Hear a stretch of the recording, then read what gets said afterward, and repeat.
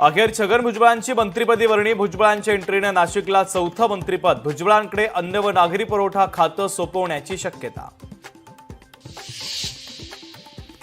एका भ्रष्ट मंत्र्याच्या जागी दुसरा भ्रष्ट मंत्री. सामाजिक कार्यकर्त्या अंजली दमानिया यांची भुजबळांच्या मंत्रिपदावर कडाडून टीका.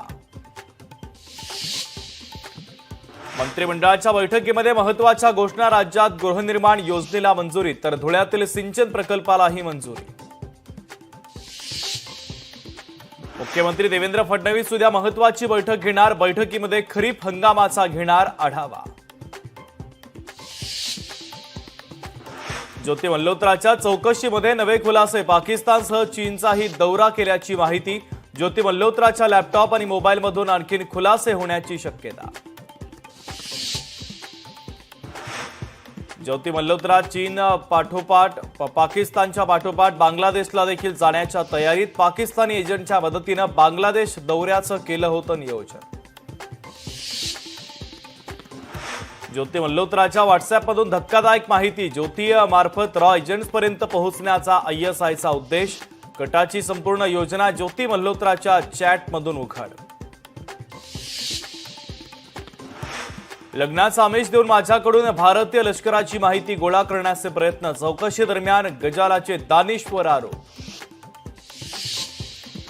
पुण्याच्या सणसवाडी परिसरामध्ये होर्डिंग कोसळलं. होर्डिंग कोसळल्यानं 5 ते 6 दुचाकींचं नुकसान तर सुदैवानं कोणतीही जीवितहानी नाही. हवामान खात्याकडून मुंबईसह संपूर्ण महाराष्ट्राला अलर्ट. मेघगर्जनेसह मुसळधार पावसाची शक्यता. दक्षिण कोकण, दक्षिण महाराष्ट्र आणि मुंबईवर विशेष परिणाम जाणवणार.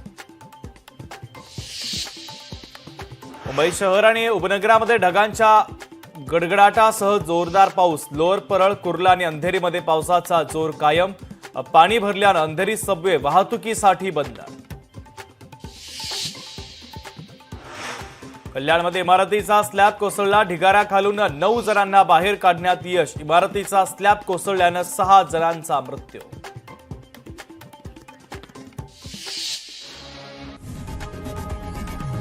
लोकशाही मराठी ऐका, पहा, जागरूक रहा.